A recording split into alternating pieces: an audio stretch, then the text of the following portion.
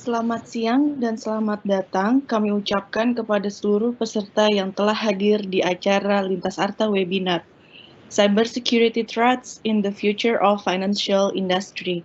Mohon jangan beranjak dulu karena saat lagi live event akan segera dimulai. Terima kasih.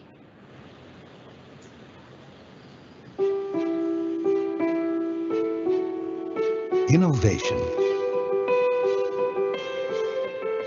In the past, innovators obtained information, communicated, then developed technology to realize their ideas. Yeah, hello. Oops, not this one.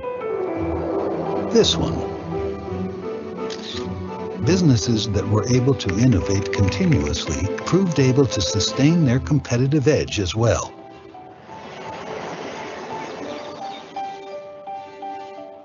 Access to technology was key.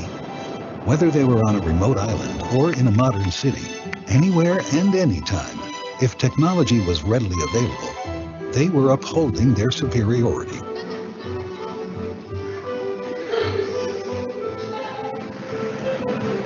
This is the ICT era. Innovation is not limited to acceleration or expansion. ICT innovation renews old business services that have become obsolete, reaching different sets of stakeholders, and ultimately creating new businesses.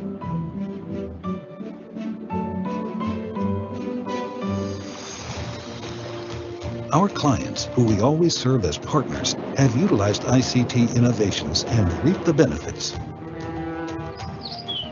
Up-to-date data about supply, needs, and delivery time is now available anywhere, even in the fields of plantations.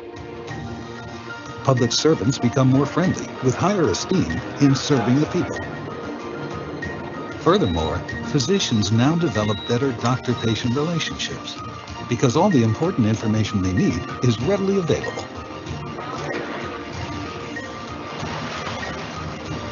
At Lintas Arta, ICT innovations are constantly being produced by experts who are keen to keep abreast of the latest trends in providing total solutions and uphold the innovative spirit. The result is reliable business solutions that answer real challenges and at the same time provide the edge to succeed in future competition. Here we're not trying to foresee the future, we're focused on today, convinced that ICT innovation will define future business. In the future, ICT innovations will bring new business horizons and is already knocking on our doors, anywhere across the country and beyond. Lintas Arta is a total solution company that wants to shape the nation's future by empowering ICT systems, your ICT systems. Lintas Arta, empowering your future.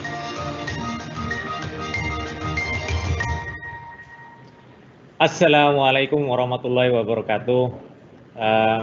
Bapak Ibu sekalian, peserta webinar kali ini, saya ucapkan selamat datang dan terima kasih atas waktu dan kesempatannya ya. Alhamdulillah, kita siang ini bisa bersama untuk mengikuti webinar yang topiknya kurang lebih sekitaran security ya.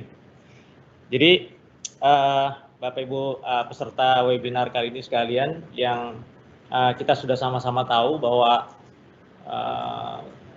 transformasi digital ya, yang kita tahu sudah mulai kira-kira beberapa tahun belakangan ini.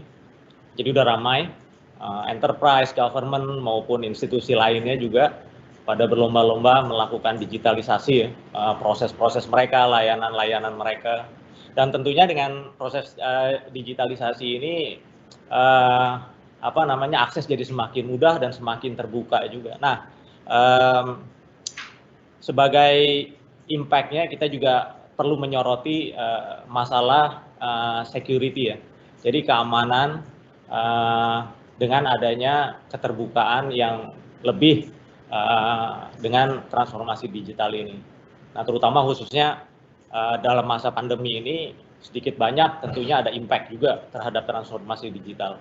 Nah, Maka itu siang kali ini kita mengangkat topik cyber security ya, threat in the future of financial industry. Jadi khusus untuk finance industry lebihnya. Saya di sini memperkenalkan diri dulu mungkin ya. Nama saya Ginanjar. Saya Direktur IT Services dari Lintas Arta.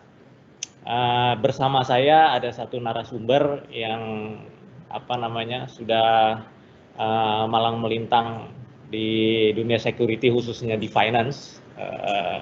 Ada Bapak Johannes Dedeo Frans. Bapak Deo ya kita panggilnya. Bapak Deo, bagaimana kabarnya? Selamat siang Pak.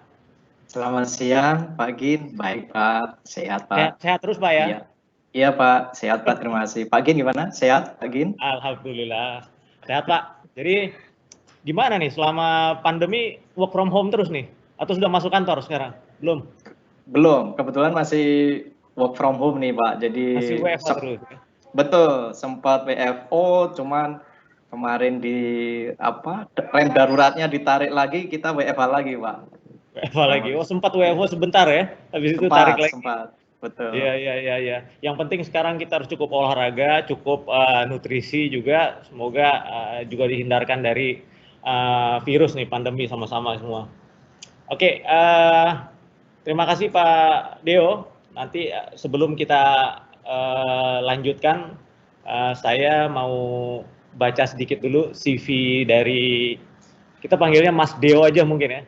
Ya betul. Jadi biar lebih akrab ya. Jadi Mas Dio, beliau sudah mengawali karir perbankan ya dengan bergabung di Mandiri sejak 2004 ya Mas Dio ya. Dari awal memang sudah berada di IT security ini sepertinya. Terus kemudian selama 16 tahun berkarir di dunia IT, mostly di security, walaupun sempat di audit juga, kemudian di IT strategi, dan sekarang beliau memegang role sebagai VP Security Policy dan Compliance. Jadi kurang lebih itu perjalanan udah cukup banyak selama 16 tahun, dan beliau juga lulusnya S2-nya khusus dari jurusannya yang security juga Pak ya, security. Jadi Master of Science in Information Security Policy and Management di Carnegie Mellon University USA. Jadi tidak dipungkiri bahwa ini sudah sangat expert banget nih. Alhamdulillah kita dapat bertemu dengan beliau untuk sharing experience gitu ya, dan kompetensi beliau di sini.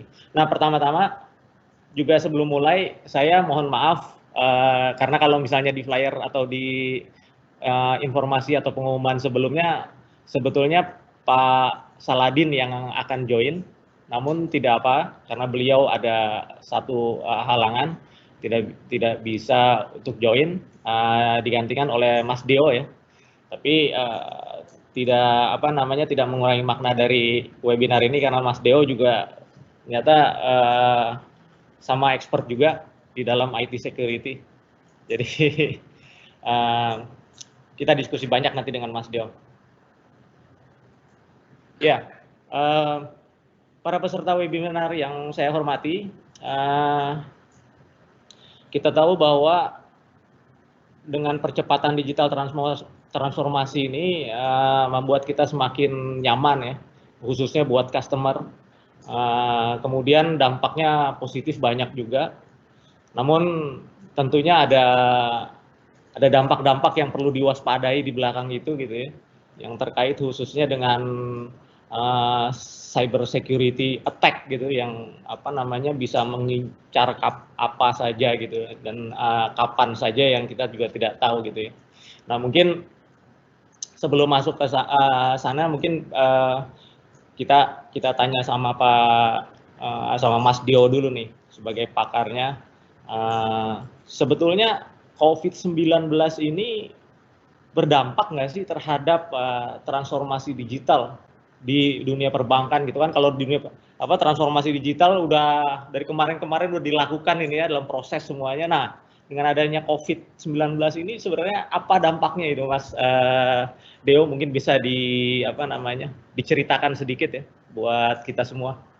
Silakan Mas Deo. Baik, terima kasih Pak Gin.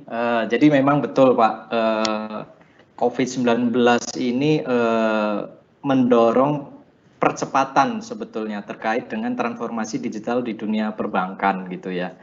Jadi memang proses transformasi itu kalau di dunia perbankan sudah dimulai beberapa tahun ke belakang, sudah mulai dirintis mungkin sekitar 3-4 tahun ke belakang gitu. Cuman dengan adanya COVID ini kita semakin sadar bahwa transformasi ini sesuatu yang sangat diperlukan gitu, kurang lebih seperti itu, dan segera harus direalisasikan. Kalau dulunya masih berupa perencanaan, planning, riset sana sini, sekarang udah harus tahapnya segera dijalankan, kurang lebih seperti itu. Jadi memang benar-benar nge-boosting. Jadi seperti kita lihat nih, transaksi kita di e-channel yang mobile banking itu di masa pandemi memang sempat turun ya Pak, di bulan April gitu ya.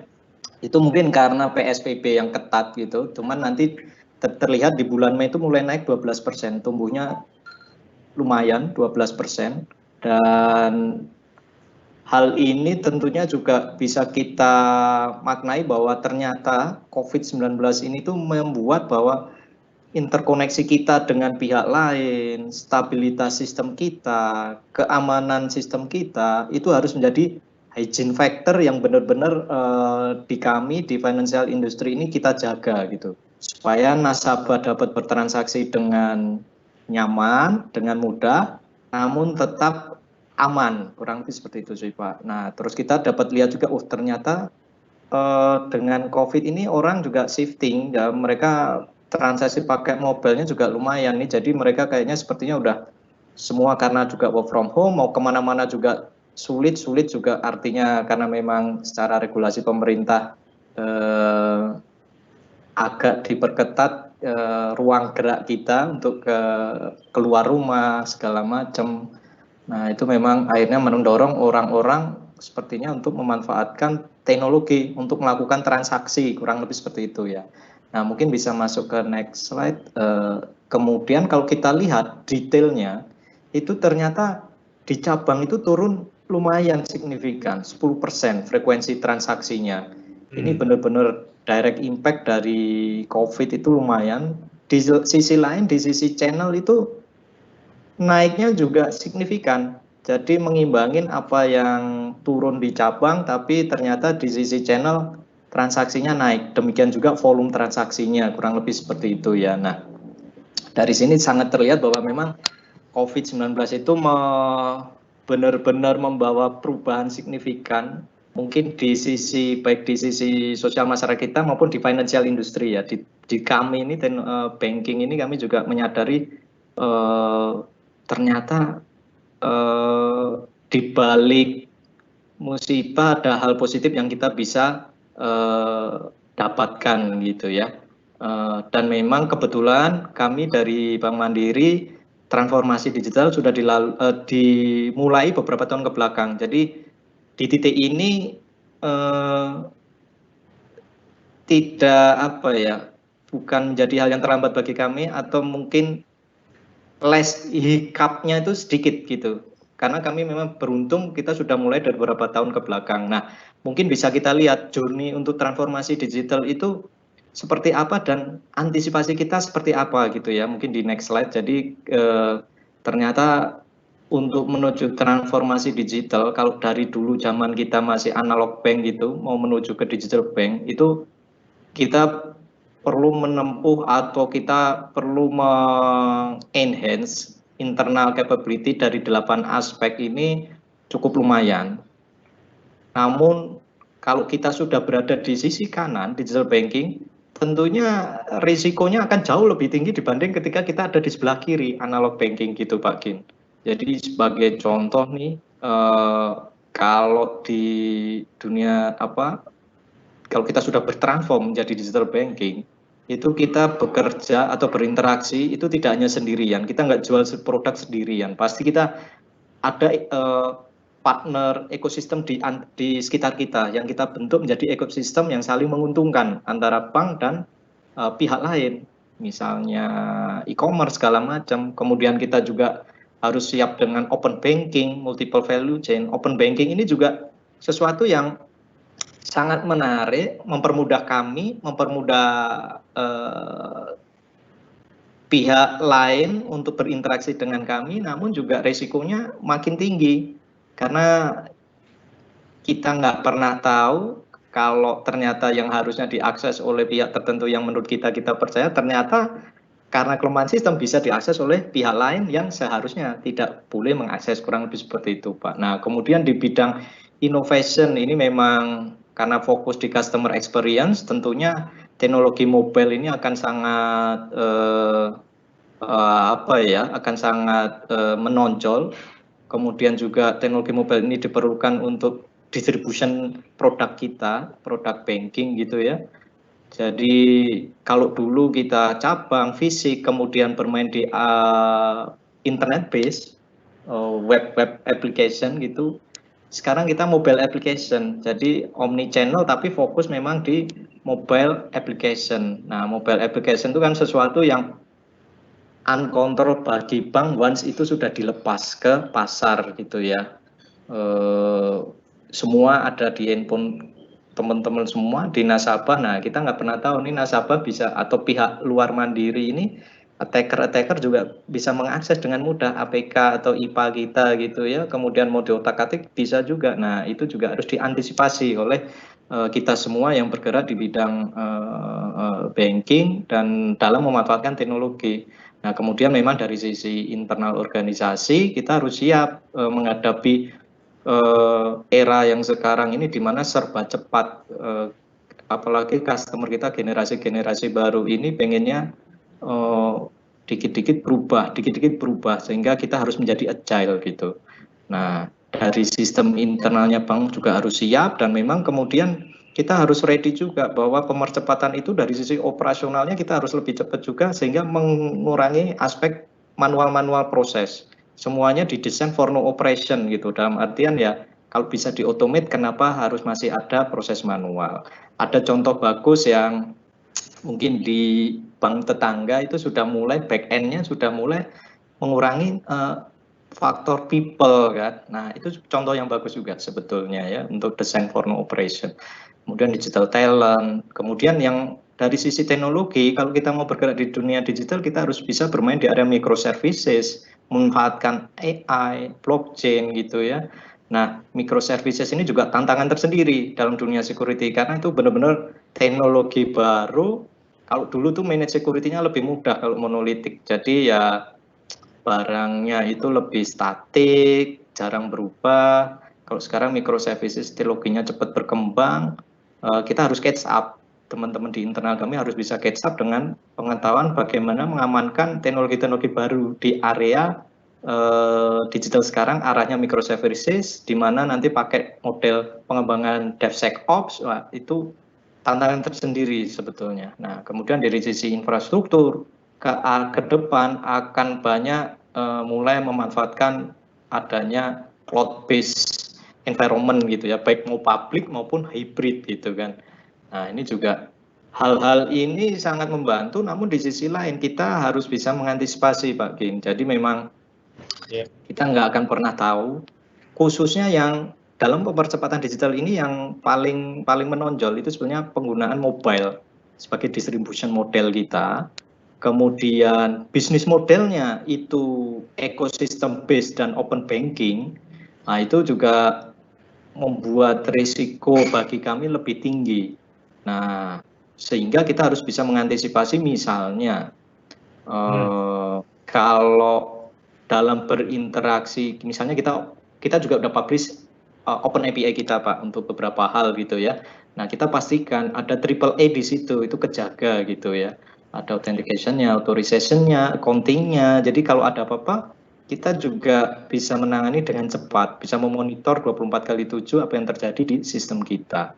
Kemudian di sisi lain yang tidak kalah penting adalah ketika teman-teman ini dalam dunia digital menuju digital banking ke depan ini mengedepankan proses kolaborasi yang agile sifatnya. Itu ternyata dari sisi teknologi ada bahayanya juga, Pak. Ketika teman-teman developer itu menggunakan GitHub sebagai repository, terutama misalnya yang available di cloud gitu ya, free bisa diakses, kalau tidak dikontrol dengan baik, bahaya juga. Source code bocor di sana segala macam, nah itu bahaya. Nah, kemudian dalam kolaborasi kita juga bagaimana kita mengamankan internal kami juga, Pak. Jadi ketika harus WFH, kita berikan akses VPN. Nah, itu gimana sih kita mengantisipasi jangan sampai ternyata yang masuk malah orang lain, bukan orang mandiri, misalnya seperti itu, Pak. Jadi ya ini challenge tersendiri dan memang harus kami antisipasi, Pak. Jadi ya terkait COVID ini sangat mendorong pemercepatan proses transformasi, di sisi lain meningkatkan risiko yang kami hadapi. Kurang lebih seperti itu, Pak. Ya, wah menarik nih, Mas Dio. Jadi memang ternyata dampak dari COVID ini pertama-tama tadi di-share oleh Mas Dio bahwa brands transaksi berkurang ya, tapi channeling dari ATM, mobile banking semua itu meningkat ya, Mas Dio ya. Betul. Jadi ya memang cabang kan ada resiko orang ketemu tatap muka dan lain-lain yang mana sekarang sangat dihindari ya, otomatis jadi turun ya. Jadi channel-channel lain yang sifatnya digital ini yang jadi naik. Jadi memang ya ada percepatan juga di sini itu.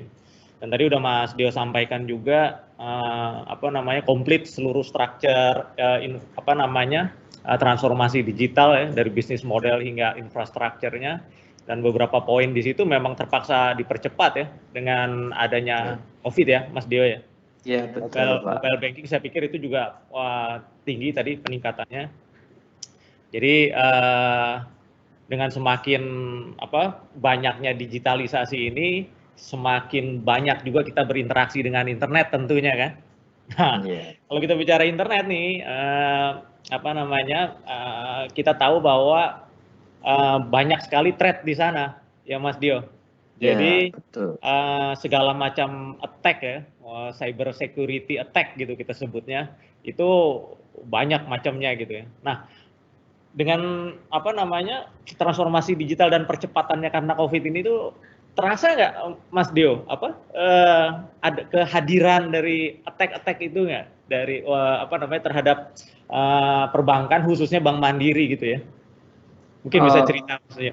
Iya, betul Pak Gin. Jadi memang berasa bagi kami gitu ya Pak, dengan adanya COVID ini, serangan di kami juga meningkat sebetulnya Pak. Jadi mulai dari DDoS, denial of service, kemudian kita juga ngalamin semacam activity web reconnaissance dengan adanya vulnerability scanning dari luar, kemudian ada yang mencoba cross-site scripting juga, phishing juga masuk Pak. Jadi kami mengalami masuk juga ya? Iya, masuk. Kemudian kita juga lihat dari sisi, kebetulan kami develop aplikasi baru yang mungkin kami bisa detect nih, aplikasi kami ini diapa-apain atau enggak sih. Nah itu kami sedang mengarah ke sana, dan itu kita lihat ternyata juga ada yang nyoba-nyoba. Percobaan enggak gitu ya? Betul. Nah kalau boleh saya informasikan juga Pak, jadi kebetulan kami memonitor 24/7 Pak, baik apa yang terjadi di internal maupun di eksternal dengan security operation team kami gitu ya. Itu terjadi peningkatan, misalnya nih di Februari itu cuman dalam 1 bulan percobaan serangan itu 19 juta gitu ya. Di Maret naik hampir 2 kali lebih nih, menjadi 47-an juta. Kemudian di bulan April hampir 100 juta dalam 1 bulan yang berhasil kami deteksi. Jadi tapi sekarang udah agak turun, naik sedikit, agak turun, tapi memang itu hitungannya Iya, cukup iya. lumayan besar, Pak Kin, yang Iya, iya, kami iya. rasakan dan kami amati ini. Memang ada peningkatan ya, jumlah Betul, attack-nya itu ya. betul, Percobaan betul. intrusifnya itu banyak dan penambahannya juga cukup besar ya. Mungkin karena Betul. sebagian orang juga nggak bisa jalan-jalan ke mall atau kemana, pada tutup semua. Ya di sini aja nih di depan di depan laptop nih kan. Waduh, berkarya juga gitu. Tapi ya, nah menarik di sini. Ini pasti kalau banyak attack gini banyak PR nih buat tim security ya, dari khususnya Mandiri dan mungkin dari perbankan lainnya juga gitu. Nah, kita akan coba bahas tentang apa saja sih komponen-komponennya yang perlu diamankan gitu ya, terkait dengan keamanan informasi ini, dan juga apa namanya, langkah-langkahnya gitu ya. Nanti kita mau tanya banyak nih sama Mas Deo ya, terkait dengan Baik. itu. Mungkin bisa sharing dan jadi pembelajaran dan pengetahuan buat kita semua juga. Tapi sebelum itu akan ada dulu video sedikit terkait dengan security-nya dari Lintas Arta.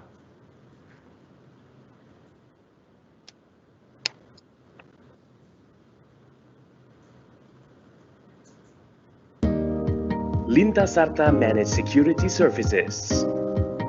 Nowadays, having data is knowledge, and knowledge is power. The situation is strongly being manipulated by the industrial hackers to monetize it by taking the data as their power and use it as an opportunity to expand the hackers' economy. With the recent threats of security breach that many industries are facing, many companies are quick to invest in the latest innovation instead of security holistically. Therefore, Lintas Arta came up with the managed security services by offering the industry's leading tools, technology, and expertise to help you secure your information assets. Supported with our people, process, and technology. Our solution only costs you a fraction of what you will spend if you set up your own in-house security resources and IT department. With Lintas Arta Security Operations Center, you hold a single window into the entire security world. It is included in every managed security services that we offer. Lintas Arta Security works to prevent any breach from happening. It will detect and respond to any security breach possible.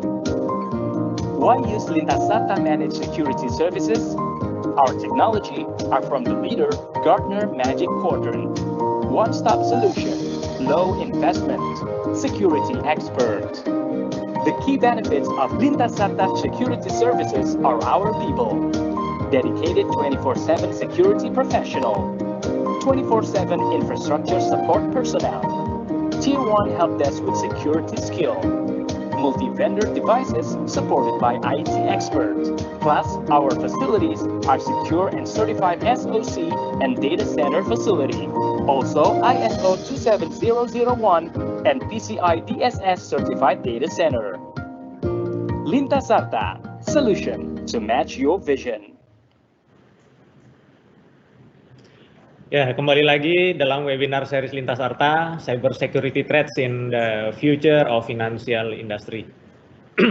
Jadi, kita masuk sesi kedua ini.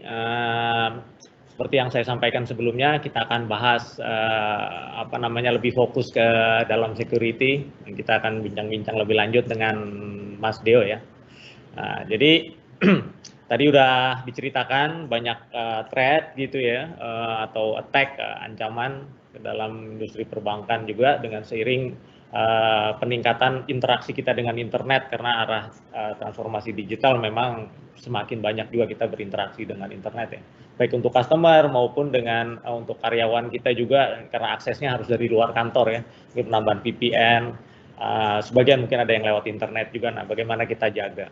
Nah, kembali dari situ tuh sebetulnya ini Mas Deo, apa saja sih yang sebetulnya jadi concern kita yang perlu kita lakukan pengamanan gitu ya, supaya informasi atau datanya teman-teman di Mandiri atau di perbankan secara umum itu bisa kita jaga.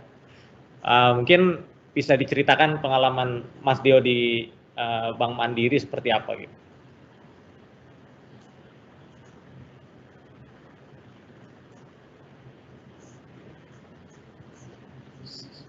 Silakan Mas Dio. Sorry, maaf Gem. Jadi memang benar Pak Gin, jadi terkait apa yang harus diamankan atau bagaimana kami mengamankan itu memang ibaratnya rumah Pak Gin, Bank Mandiri ini. Jadi di dalam rumah itu ada harta yang berharga. Harta yang berharga itu apa sih? Ya informasi, ya data gitu ya, yang punya kami, punya nasabah gitu ya. Nah, itu perlu kita amankan. Nah, kadang seperti kalau kita pakai analogi mengamankan data di rumah, itu pencuri itu mengawasi kita, mengawasi kami itu setiap saat 24 kali 7 mereka tuh monitor, mencoba mencari celah ya gitu ya, untuk terus mencoba masuk. Nah biasanya itu kita perlu mewaspadai bahwa ternyata pencuri-pencuri ini sebetulnya tipenya juga beragam, mulai dari yang non sophisticated kayak script kiddies gitu ya, yang pakai tools coba serang, pakai tools coba serang, itu lebih mudah dideteksi.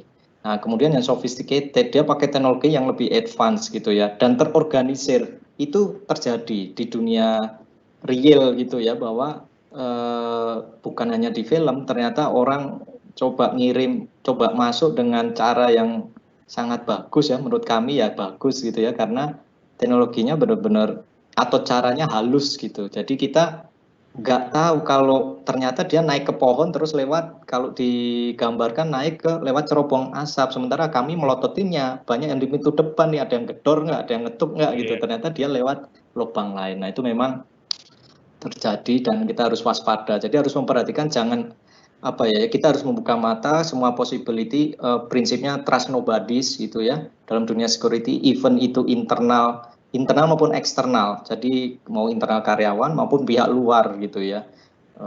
Even ekstrimnya adalah kiri kanan kolega kita juga harus waspadai, kurang lebih seperti itu ya. Tapi ya itu di dalam keseharian monggo di-adjust saja. Jadi jangan terlalu ini juga ekstrim, kita nggak percaya 100% pada kolega kita khususnya. Nah, kemudian kita harus tetap memperhatikan apa sih yang sebetulnya kita perhatikan di dunia security. Prinsipnya itu cuma 3 yang kita jaga: confidentiality, integrity, dan availability gitu ya.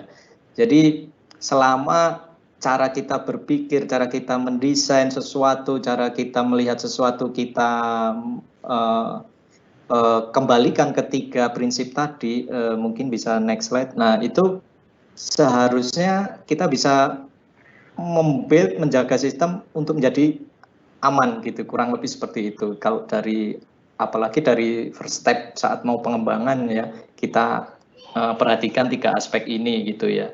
Kayak confidentiality, poinnya adalah supaya data ini terjaga kerahasiaannya, artinya ya bisa diakses hanya oleh yang berhak gitu. Nah, integrity, kita menjaga bahwa ini tidak terjadi modifikasi yang tidak sah, poinnya kan di situ ya. Dan availability, memastikan informasi atau data ini selalu tersedia ketika dibutuhkan untuk diakses. Nah, ini contoh simpelnya, misalnya kalau confidentiality ya ada proteksi autentikasi, mungkin nanti ada encryption juga, ada bagaimana orang tidak dengan mudah bisa akses suatu informasi. Kemudian kalau di integrity itu kita jaga bagaimana integritas datanya bisa kita deteksi manakala ada usaha atau upaya untuk merubah data, khususnya paling bahaya kalau di banking adalah pada saat terjadi transaksi dari, apalagi tadi kita udah model digital bank pakai mobile app, tiba-tiba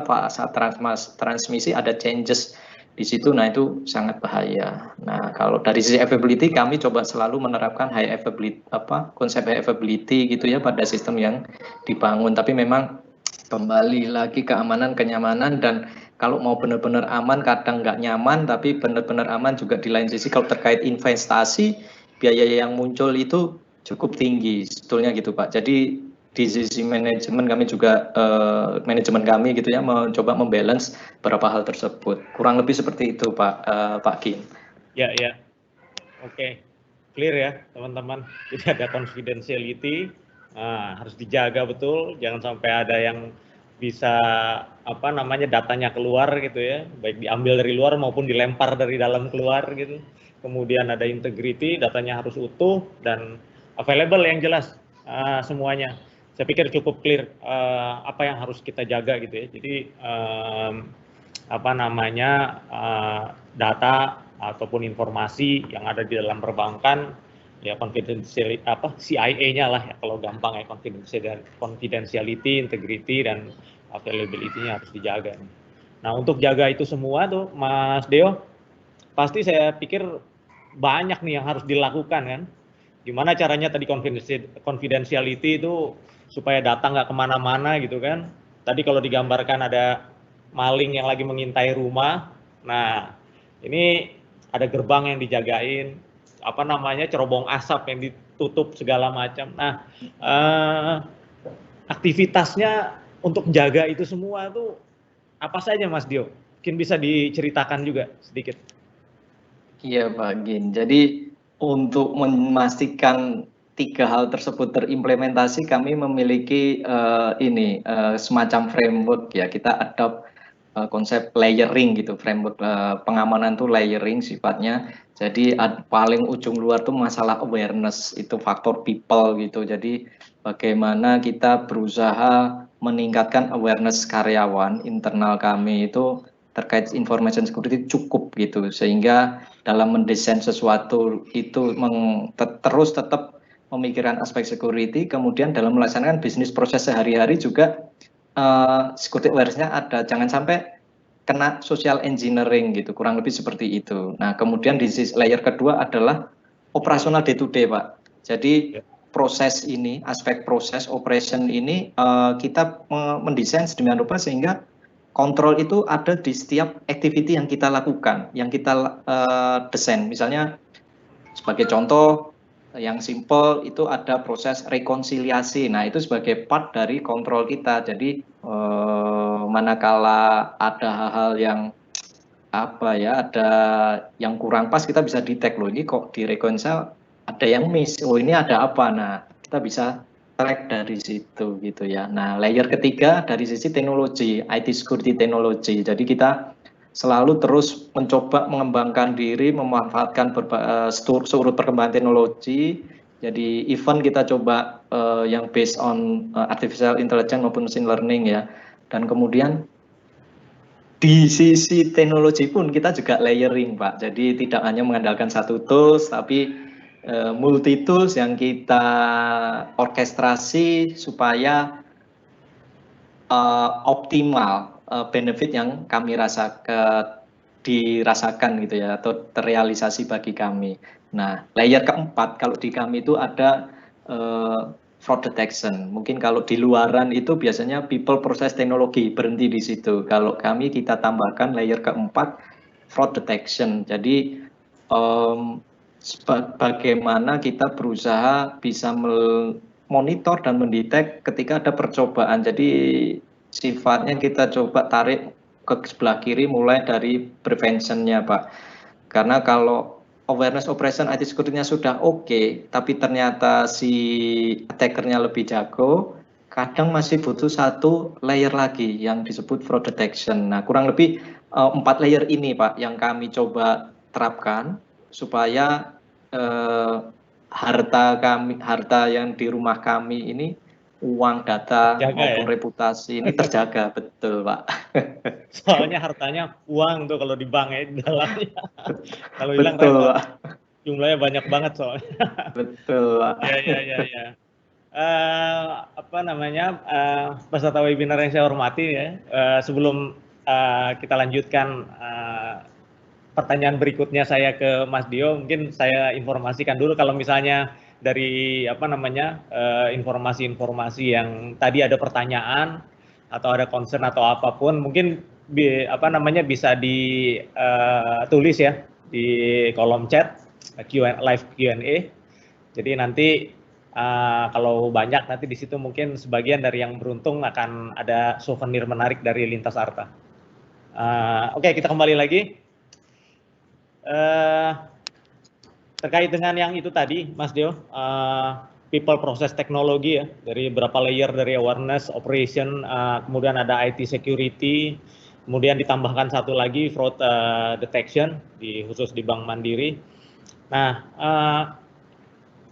saya kepikiran pengen coba lebih fokus nih ya. Kalau terkait sama operation ya, proses dan teknologinya lah ya. Kalau people, oke, ada itu juga pastinya tidak akan mengurangi kepentingan juga. Tapi saya akan coba fokus di proses dan IT security-nya aja untuk kita bisa explore lebih lanjut, Mas Dio. Mungkin bisa Mas Dio jelaskan sedikit ya terkait dengan itu semua, apa saja sih yang lebih konkretnya gitu yang dilakukan oleh Bank Mandiri khususnya. Saya nggak tahu, mungkin dilakukan juga di tempat teman perbankan yang lain gitu. Silakan Mas Dio. Oke Pak G. Jadi di aspek tadi terkait dengan operation dan IT security, di aspek teknologi kita menurunkannya tuh memakai 3 pilar Pak: governance, protection, dan operation. Jadi dari sisi IT security governance, kita coba susun security policy yang memayungi pengamanan di sisi server, endpoint, jaringan, sisi application maupun operasionalnya, kurang lebih gitu. Kemudian dari sisi governance, kami juga coba membuild, kita combine juga yang awareness tadi, kita build juga sebetulnya security awareness, bahkan sampai level direksi, komisaris, kami sedang menuju ke arah sana Pak. Nanti kemungkinan di bulan November kami akan quote unquote semacam educate atau mungkin lebih ke sharing session ya dengan direksi dan komisaris kami. Nah di sisi protection itu memang kita coba terapkan teknologi security control yang optimal untuk sisi server, endpoint, jaringan, application, mau semacam antivirus, kemudian ada privilege access kita pakai juga, endpoint protection semacam yang lebih enhance dari antivirus kayak endpoint detection and response. Kemudian ada USB blocking, kemudian kita juga coba terapkan memang agak ini ya butuh biaya itu level ATM tuh kita encrypt datanya gitu, kurang lebih seperti itu. Dan memang kalau yang rutin terkait aplikasi pentest, VA itu kita lakukan secara continuous. Nah dari sisi operation Pak Gin itu memang kalau kita menerapkan hanya governance protection itu kayaknya baru 2/3 jalan gitu Pak pengamanannya, karena ternyata pengalaman kami sisi operation ini sangat penting juga supaya kami bisa mengetahui apa yang terjadi. Nah itu kita punya SOC yang detect 24/7 Pak, tim-tim SOC ini baik, dan ternyata event suspicious event terjadi tidak hanya dari eksternal Pak, dari internal pun ada. Nah ini ya ternyata sesuatu yang harus diwaspadai bersama, itu dari kami dan mungkin juga dari teman-teman perbankan lain juga mengalami ya threat atau ancaman tuh nggak hanya dari luar gitu ya. Nah kebetulan kami juga mencoba kerjasama beberapa pihak untuk membangun threat intelligence Pak. Jadi karena kalau semuanya baik kami itu kayaknya juga susah, jadi perlu ada kerjasama dengan pihak lain di mana kami tahu apa yang terjadi secara global Pak, serangan-serangan atau indikator kompromis itu seperti apa, di mana kalau kita sendiri yang harus build dan menemukan tuh kok kayaknya takes time, takes effort gitu ya. Nah kita coba build capability itu dengan pihak lain gitu Pak. Nah ini yang kami coba terapkan Pak Gin. Jadi real untuk di area security, teknologi maupun proses seperti apa sih, kurang lebih seperti ini Pak. Ya. Ada 3 komponen itu ya Mas Dio ya. Betul. Ya terus protection sama di operation itu detection and response-nya itu harus dijaga juga gitu. Nggak cukup cuma protection udah gitu ya dan lain-lain. Jadi harus juga ada monitor ketatnya gitu ya untuk detect kalau misalnya tiba-tiba ada threat masuk. Betul. Ya. Nah, kalau dari semua itu mungkin bisa diringkas sedikit kalau dalam bahasa yang lebih simpel, Mas Dio, terkait sama teknologi people process tadi itu, supaya lebih gampang mungkin ada visualisasi yang bisa mempermudah kita untuk memahami dengan sekaligus solusi-solusinya gitu ya. Mungkin bisa diceritakan sedikit Mas Dio.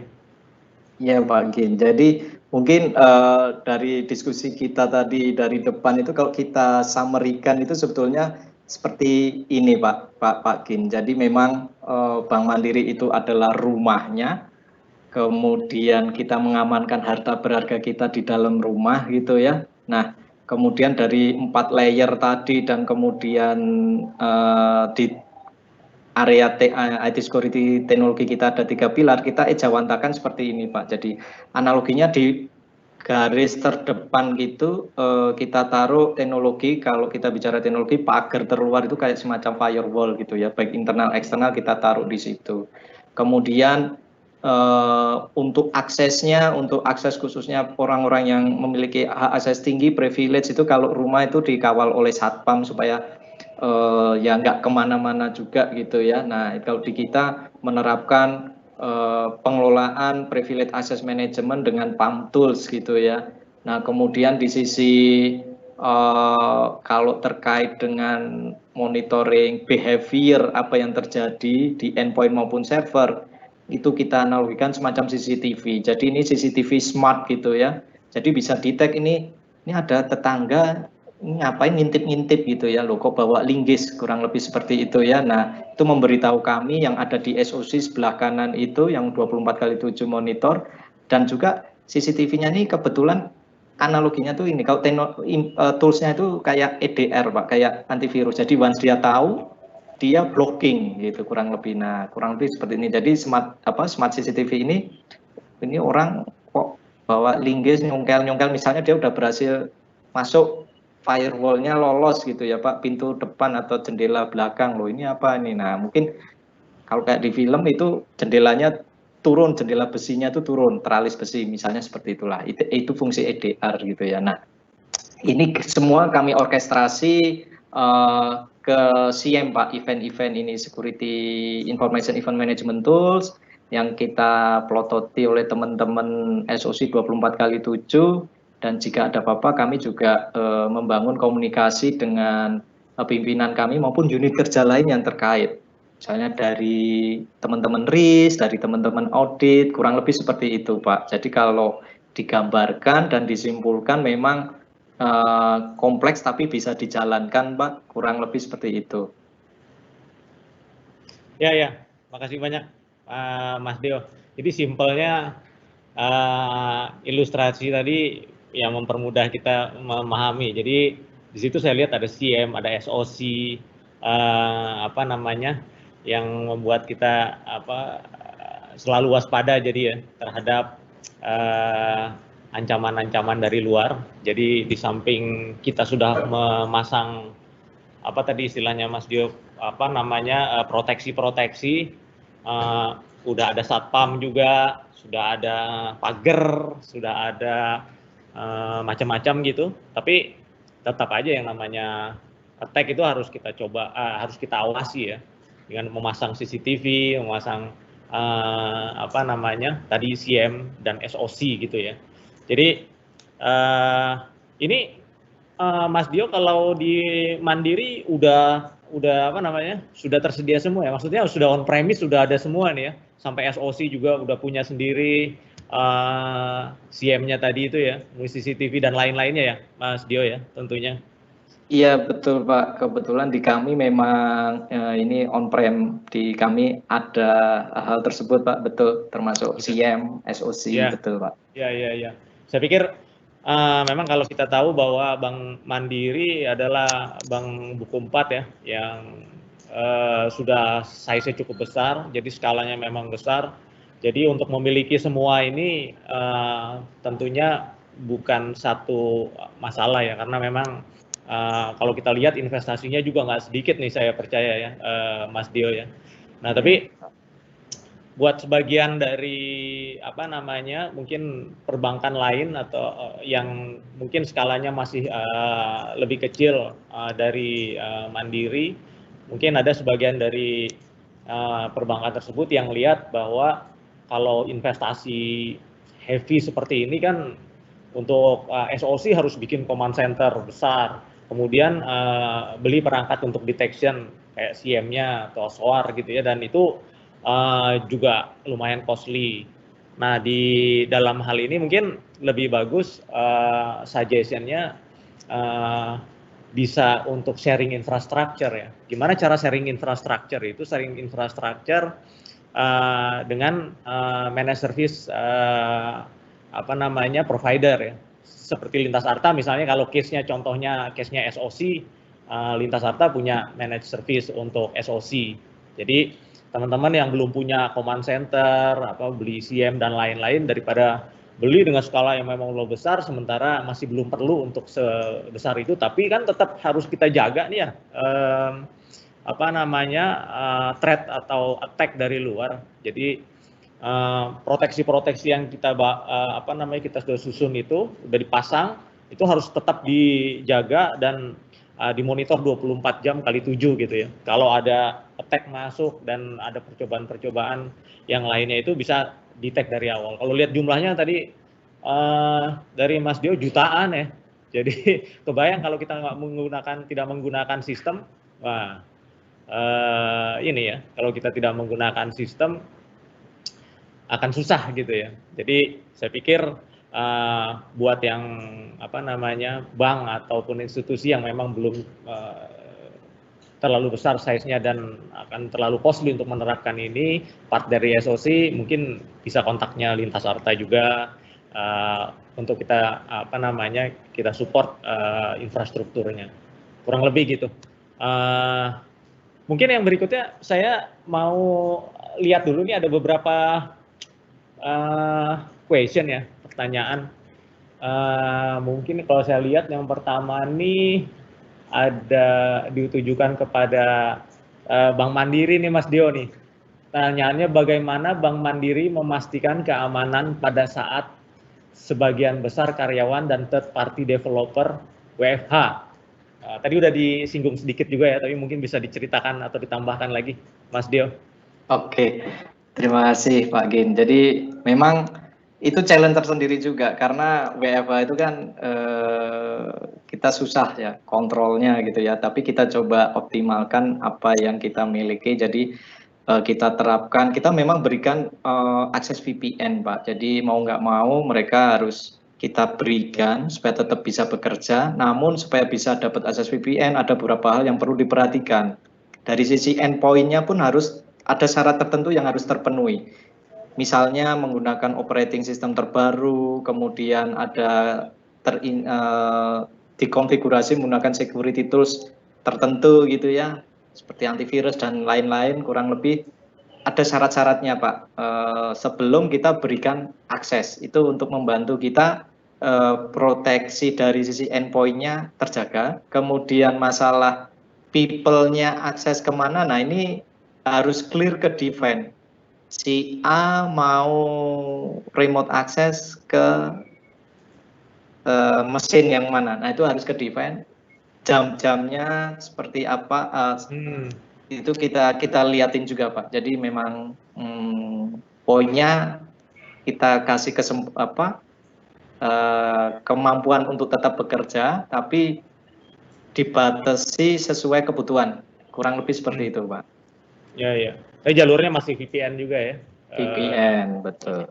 Jadi proteksi. Ya kan ada PAM juga, ada segala macam juga ya. Betul. Ya.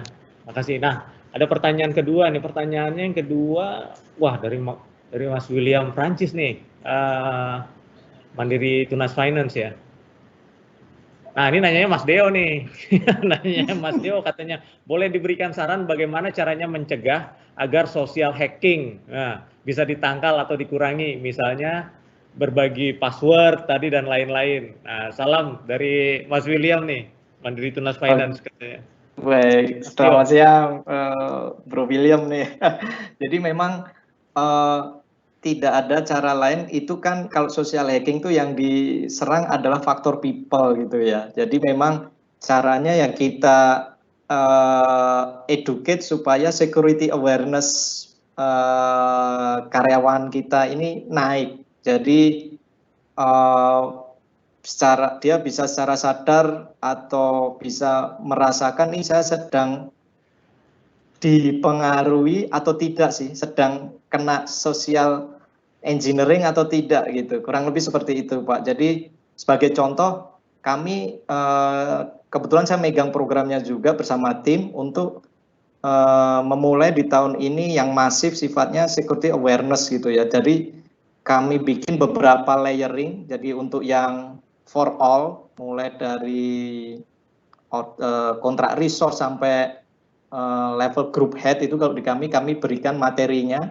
Kemudian nanti yang spesifik per jabatan juga ada, dan itu ke level direksi pun juga ada nanti. Jadi mungkin mulai perlu dibuild program security awareness Bro William atau Pak William ini untuk di MTF gitu ya.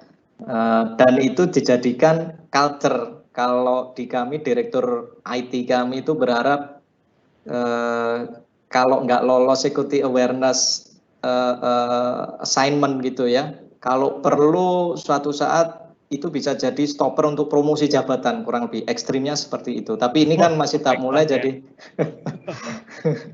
sampai ekstrim begitu ya Mas Dio. Jalannya memang masih panjang Pak, tapi aim-nya untuk membentuk sebagai culture, kurang lebih gitu sih Pak. Iya. Oke. Mudah-mudahan cukup menjawab Mas William ya. Ada pertanyaan berikutnya lagi, bagaimana caranya Lintas Arta dapat mendeteksi dan merespon serangan cyber? Nah, ini yang seperti saya sampaikan tadi, sama mungkin di Mandiri dan mungkin yang lainnya juga, biasanya ada untuk part deteksinya gitu ya, ada yang namanya SOC, Security Operation Center. Nah, di SOC itu kita akan mengambil semua log dari security device dan lainnya ya, untuk dianalisis tuh lebih lanjut, dan dianalisisnya menggunakan satu sistem tertentu juga yang tadi disebut SIEM ya. Nah, dari situ akan keluar informasinya dengan algoritma yang sudah memang well known karena ini sudah di-develop lama. Itu akan ketahuan. Jadi ada, kalau karakternya seperti ini nih, ini ada threat gitu ya, nanti keluar ada informasinya. Jadi kita dengan mudah secara otomatis juga akan mendetek. Dan kalau kebayang kalau harus satu-satu kita lihat dengan personil gitu ya, jumlahnya bisa jutaan kalau kata Mas Deo tadi. Jadi impossible. Jadi harus kita menggunakan sistem. Nah, di sini Lintas Arta punya SOC yang bisa mendetek kalau misalnya ada threat. Jadi SOC-nya Lintas Arta ini juga dipakai untuk memprotek atau mendetek kalau ada cyber attack dari luar yang masuk ke dalam jaringan atau sistem Lintas Arta sendiri maupun dari customer juga ya. Jadi customer juga ada beberapa yang karena ini SOC-nya kita tawarkan managed service, jadi bisa sharing untuk SOC-nya di sini juga. Nah, ini customer Lintas Arta yang SOC-nya dimonitor di sini juga bisa kami bantu deteksi dan respon jika ada attack atau serangan dari luar ya. Nah, kurang lebih itu. Kemudian keempat ya. Yang keempat ini dari MTF lagi nih, dari Mas Apriyadi Gunawan nih. Mungkin Mas Deo kenal nih, kalau sesama Mandiri ke security pasti berinteraksi terus nih. Katanya siang Mas Deo mau tanya bagaimana strategi membangun policy security agar dapat diterima oleh semua user level dengan toleransi kenyamanan tetap terjaga. Ini challenge juga nih. Banyak-banyak dibikin gitu, wah ribet katanya gitu, dan nggak mau. Nah, ini mungkin bagaimana strateginya katanya Mas Dio, ditanya nih sama teman dari MTF juga. Iya, jadi memang itu betul challenge tersendiri dalam menyusun policy gitu ya. Mungkin kita jadi tahap awal itu sebetulnya mencari buy-in gitu ya. Memang akan lebih mudah kalau sifatnya top down. Jadi approach-nya itu bisa, pertama kalau untuk mencari proses terbaiknya seperti apa, maka mau nggak mau kita harus banyak belajar terhadap teman-teman yang ada di lapangan. Nah, kemudian ketika kita mendapatkan fakta apa yang ada di lapangan itu kadang itu jauh dari best practice, karena biasanya apalagi kalau sudah proses bertahun-tahun itu sesuatu yang habitnya mereka yang belum tentu secure gitu ya. Nah, paling kita based on itu kita against dengan kalau di banking kan ada SOJK ya. Nah itu lebih kita coba kita cari, kita bandingkan dengan SOJK, gapnya di mana, ketemu deltanya. Nah itu kita balik lagi ke teman-teman di lapangan. Biasanya kalau udah ini permintaan OJK itu cenderung teman-teman di lapangan akan lebih terbuka gitu ya. Nah tapi kalau sifatnya improvement internal itu memang sulit. Cuman cara terbaik adalah kita mencari apa ya, persetujuan dari top manajemen dulu. Jadi karena memang salah satu tugas top manajemen di banking khususnya dan diatur oleh JK, direksi level itu memastikan ketersediaan SPO itu kebijakan dan ketentuan kurang lebih terkait termasuk pengamanan ya. Nah dari situlah kita masuk Pak Gin dan teman-teman. Jadi kita masuk ke level atas dengan membawa konsep yang sudah kita diskusikan dengan level teknis. Karena direktur level juga kadang pasti akan challenge balik, ini applicable atau tidak, biasanya gitu. Cuman once kita bisa menjelaskan ya pada akhirnya mereka buy in. Yang penting gini, kita tunjukkan atau pertama adalah di kepala kita ketika membuat policy itu kita posisikan diri kita di sisi mereka yang kita atur. Nah dari situ otomatis kita juga akan bisa memahami situasinya sehingga policy kita juga tidak terlalu ekstrim gitu ya. Kemudian kita ketika mendiskusikan dengan stakeholder internal, kita tunjukkan benefitnya bagi mereka seperti apa.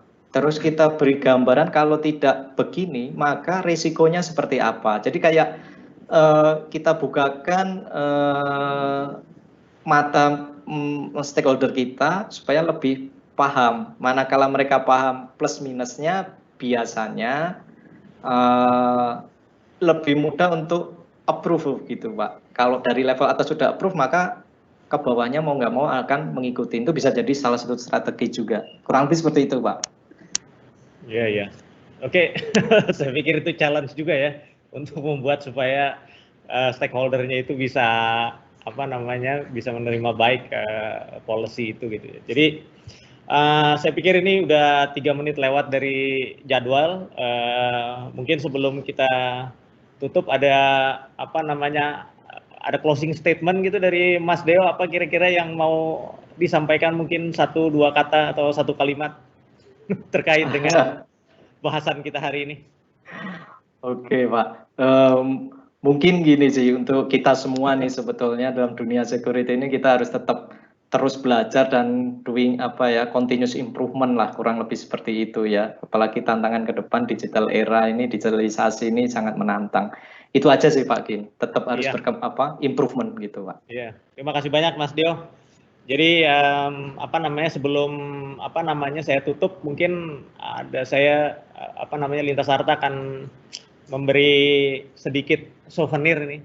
Tapi karena kita sudah digital ya, jadi souvenirnya juga virtual nih kayaknya. Nanti kita kirimkan menggunakan Messenger gitu ya. Mungkin ini aja Pak. Nah, sebelah sini ya. Nah, ini saya sampaikan buat sebelah sini. Saya ucapkan juga terima kasih banyak kepada Mas Dio yang sudah berpartisipasi dalam webinar kali ini. Informasinya sangat bermanfaat saya pikir ya buat kita semua. Dan dari situ kita tahu bahwa ini dengan COVID-19 ini transformasi semakin dipercepat ya, kemudian ancaman-ancaman juga semakin meningkat gitu kan. Nah, ini PR kita bersama terutama di dunia finance ya, perbankan. Jadi yang disampaikan tadi Mas Dio terakhir juga bahwa ya kita harus terus belajar ya. Karena attack ini juga makin lama makin pintar gitu ya. Jadi kita harus keep belajar gitu ya Mas Dio ya. Semoga apa yang kita amankan, aset kita baik itu di Bank Mandiri khususnya maupun di perbankan umumnya dalam kaitan ini ya bisa terjaga dan kita dihindarkan dari hal-hal yang tidak diinginkan. Mungkin dari saya cukup ini. Semoga webinar kali ini cukup memberikan inspiratif ataupun pemahaman ya terhadap cyber security threat lebih banyak lagi buat teman-teman semua. Saya ucapkan sekali lagi terima kasih buat Mas Deo. Saya ucapkan juga terima kasih kepada Bapak dan Ibu peserta webinar kali ini yang saya hormati. Udah 1 jam kita bersama. Sekali lagi saya mohon maaf kalau ada kesalahan, tapi saya pikir kita sama-sama mendapatkan informasi banyak dari sini. Sekian dari saya, terima kasih banyak Bapak Ibu sekalian. Saya undur diri bersama Pak Dio di sini. Saya ucapkan selamat sore. Assalamualaikum warahmatullahi wabarakatuh. Waalaikumsalam. Lintasarta Managed Security Services. Nowadays, having data is knowledge and knowledge is power.